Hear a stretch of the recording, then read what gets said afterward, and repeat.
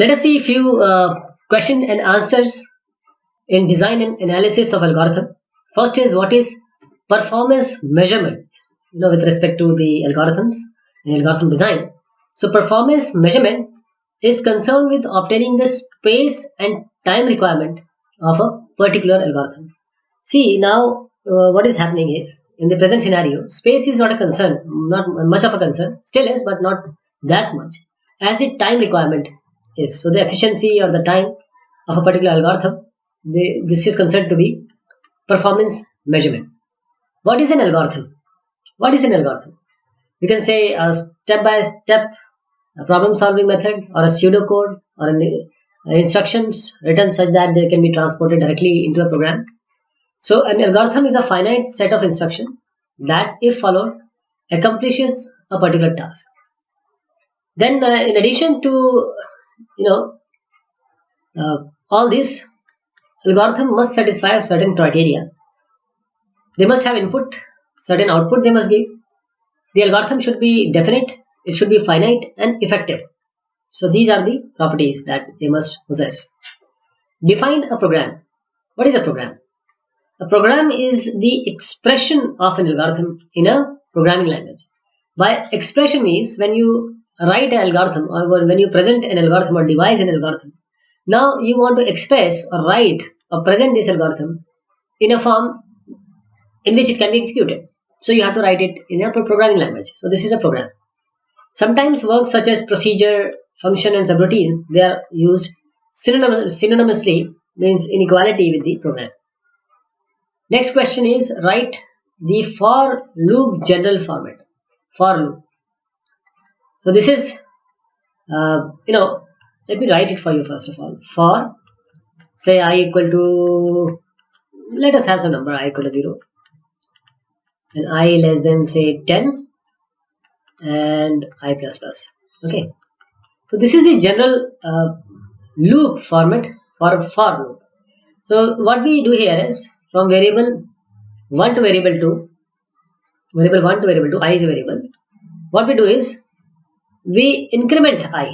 We increment I till means from 0 to certain terminating condition. So this is the initialization condition, this is the increment decrement, and this is the termination condition. This is for is a entry control loop. What is recursive algorithm? Recursive algorithm. Let me tell you before going to the definition that recursive algorithm is trying to solve a problem, a problem trying to solve itself by calling its own sub programs or subclasses of its own type. So algorithm is said to be recursive if the same algorithm is invoked in the body. You have algorithm say A, okay. Now you are inside calling A again. So you are calling, this is an algorithm type in which the same algorithm is invoked in the body itself. So an algorithm that calls itself is direct recursive, and there is another type of algorithm that is A is said to be indirect. This is indirect recursive. This is indirect. If it calls another algorithm, which in turns call A. So A is calling some other is calling A. This is indirect recursion. So there are two types of recursion, direct and indirect. What is space complexity? Space complexity. A space complexity of an algorithm is the amount of memory it needs to run to completion. While the time complexity is what? The time complexity of an algorithm is the amount of computer time it needs to run to completion. Now give the two major phases of performance evaluation. Performance evaluation. What are the two major phases? See, in this performance evaluation, first we analyze the performance and then we measure the performance. The first is performance analysis. This is a prior estimate, and then performance measure, that is a posterior testing. Define the input size. What is the input size? Input size of any instance of a problem is defined as the number of words needed to describe that instance. Input size of any instance of a problem is defined to be the number of words or element which need to describe that element. Define the best case step count. The best case step count is the minimum number of steps that can be executed for the given parameters. Worst case step count is the maximum number. Here it is minimum. Here it is maximum. Maximum number of steps that can be executed for the given parameters. Average step count is the average number of steps executed on instances with a given parameter. So minimum plus maximum by 2. This will give an average idea, but not really for every execution or algorithm it is true. What is big O? What is big O notation? Asymptotic notation.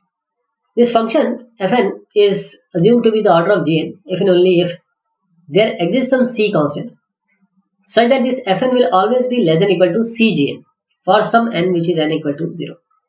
So big O, see, we are saying that fn is the order of gn. So fn will always be less than or equal to gn. So gn is the upper bound of the function. What is asymptotic notation? Omega. Fn equal to omega n if there exists a positive constant c and number such that fn is less than or equal to cgn. Okay, so this omega is the lower bound of this function. This function lower bound. Define the asymptotic notation theta. Theta. See, theta is the upper bound as well as the lower bound. These are the so see, there are two type of bounds. They are tight bounds and they are not tight bounds. So these are flexible bounds, not tight. Okay, because this is less than or equal to. We have tight bounds also, only less than. So in between this this function and this function means c1gn and c2gn, fn will be lying here. So there exists a positive constant c1, c2, such that this fn is going to lie between this c1gn and c2gn for all n which is greater than or equal to n0. Now little o, big O we have seen, little o. So this little o, as I said, is nothing but fn is equal to order of gn. That is, let me tell you the omega also, omega gn. The only difference of big O and little o and this omega and little omega is that here you have less than or equal to. Little o says only less than, while little omega here it is greater than or equal to. Little omega says only greater than. This is the only difference. So it does not consider that equal to sign. Write algorithm using iterative function to find sum of n numbers. Iterative. This is an iterative function. Sum with a and n. We start with sum is equal to 0.0, and for I equal to n, what we do, s is equal to s plus ai, and we return s. Okay, so this is a simple iterative function. For is an iterative loop. Write an algorithm using recursive function to find the sum of n numbers. Now you want the recursive definition. So the recursive definition would be: this is an algorithm whose name is rsum. These are two parameters. So if n is less than less than or equal to 0, then return 0.0. This is the whenever you go for a recursive solution, you have to have an out condition, means the breakout condition, because this function is calling again and again itself. So there has to be a break condition or going out condition. This is the condition. In every recursive program you will find this. If this is the case, n is less than or equal to 0, then return 0.0. Else, what you are going to return? rsum a n minus 1 plus a n. Okay. This will give you a recursive function to find the sum of n numbers. Define the divide and conquer method. Divide and conquer method.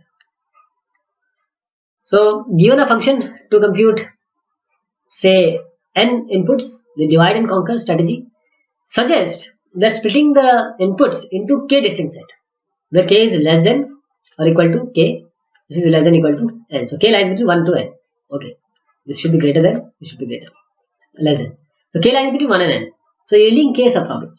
So if you have a problem, you are just dividing into subsets of problem. Then these subproblems must be solved, and the method must be found to combine them. Combine these sub-solutions into a solution of the whole. And if the subproblems are still relatively large, we can apply again divide and conquer on this. You can just divide it again. Okay, this is divide and conquer method. Define control abstraction. Control abstraction. Control abstraction, by this we mean a procedure whose flow of control is clear but whose primary operation are by other procedures, whose precise meanings are left undefined. Okay, let me tell you again. Abstraction, control abstraction is that you are controlling this abstraction, that the procedure whose flow of control is clear, you know how the control will go, but whose primary operations are by the other procedures, whose precise meanings are not yet being defined. Next question is, write the control abstraction for divide and conquer. This is the control abstraction. This is an algorithm. So if small p, some return sp, else we'll divide p into smaller pieces. We apply this DNC,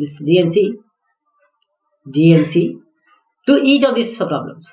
Okay, we return the combination of this finally. So what we are doing, that we are doing a control abstraction here, dividing and then conquering. So we are dividing first and then we are combining them. What is the substitution method? What is the substitution method? One of the methods for solving any such recurrence relation is called the substitution method. Like if you have Tn equal to say a Tn by 2 plus some C. So how to solve it? We apply the substitution method. So at first point we will put Tn by 2, means we put Tn by 2 here, and whatever the result this will give, we will place it here. And then n by 2 will be n by 2 square. Then we again put n by 2 square and do the same. So by substitution method, you will get the result. Next is, what is the binary search? Binary search is a searching technique. You have linear search and binary search. So in this binary search, what we do, Q is always chosen such that this Q is the middle element, where Q is n plus 1 by 2, and the resulting search algorithm is known as the binary search. So what we do in binary search, these are the set of elements. For searching, we just go to the middle. So that will be computed where n plus 1 by 2, n is the values from 0 to n minus 1 or 1 to n. First we check whether this element is equal to the search value or not. If it is not, if it is greater, we go to this side. If it is less than, we go to this side. And we do it again and again. Every time when we go to the left hand side, we again find out the value which is in between, whether it is matching with the value or not. And if it is greater, we go to this point, otherwise we go to this point. And we recursively do. Now the next question is, give computing time for binary search. And we have known what binary search is. So in binary search, there are possibilities, like if we search for a value, we go to the middle of the value. Then if this search key matches with the middle one, then only by one comparison you will get the value, or the search will be completed. Otherwise you will search again and again and the value is not found. That is the worst case. Or you will find value somewhere. So the best, average and worst cases would be, order of 1 means you will get with the first comparison, order of log n, either average or worst case. So this follows n by 2, n by 2 square, this is you can easily compute it by the substitution method. Define external path length. External path length is defined analogously as the sum of distance of all external nodes from the root. The root, all external path length is known as the external path length, the summation of distance of all external nodes from the root. Internal path length means the internal path length is the sum of distance of all external nodes from the root. Is insertion sort better than the merge sort? Is it correct or not? Insertion sort works exceedingly fast on arrays which are less than 16 elements. Though for large n, computing time is order of n square for insertion sort. While merge sort will always give you order of log n. Or rather, because when the number grows, merge sort will perform better. Write algorithm for state forward maximum minimum. This is state forward maximum minimum. In this, we set the maximum to the maximum and minimum to the minimum. So this is maximum and minimum both to ai. And from some value from 2 to n, we search for if ai is greater than max, then max equal to ai. Otherwise, if ai is greater than minimum, then we say the minimum is ai. And this is how it is done. Finally, after the completion of this algorithm, you will get the minimum and maximum value here. So these are a few more questions on your data in the context of your algorithm analysis, we have also covered somewhere the data structures also. Thank you so much.